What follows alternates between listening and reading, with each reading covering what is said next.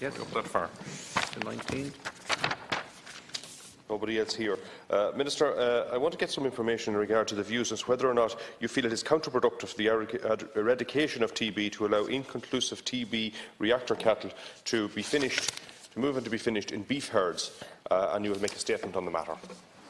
Under EU Directive 64 of 432, inconclusive animals that have passed a retest are not required to be slaughtered.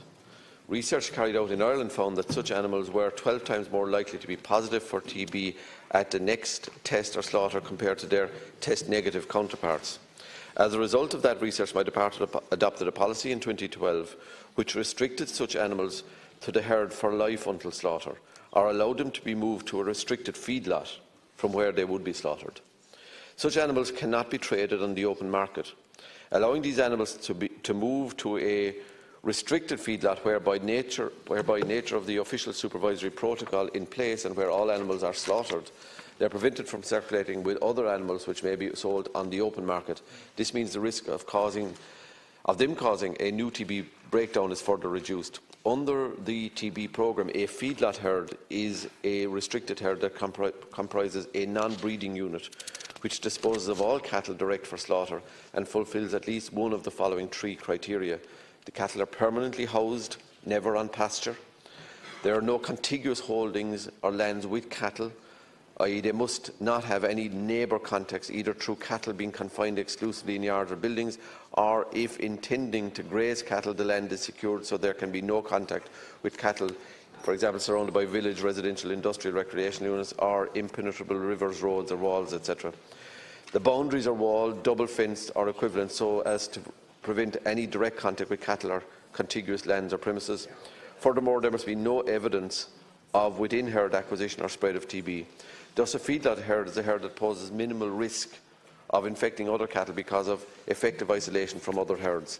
As part of an ongoing review of the TB programme, my department policy in relation to inconclusive TB animals is one of a number of areas currently being evaluated. Minister Deputy Kenny.